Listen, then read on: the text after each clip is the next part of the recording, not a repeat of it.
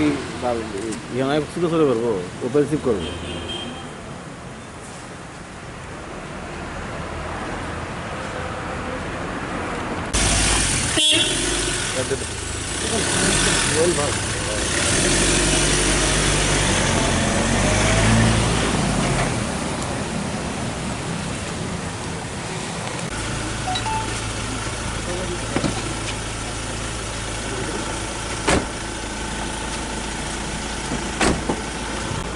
ওনার সঙ্গেই শুধু দেখা হয়েছে, রাজনৈতিক বিষয়ে কোনো সঙ্গে আলোচনা হয়নি? না না। আপনি কোনো আর আমি এখন তো রাজনীতির বিষয়ে এমনিও বলি না, থাকি না। আপনি তৃণমূলে জয়েন করতেছেন, এমন কোনো একটা আবাস পাওয়া গেছে কথা? এরকম কিছু সিরিয়াস কিছু আলোচনা হয় না, দেখা যাক ফিউচার কী হয়।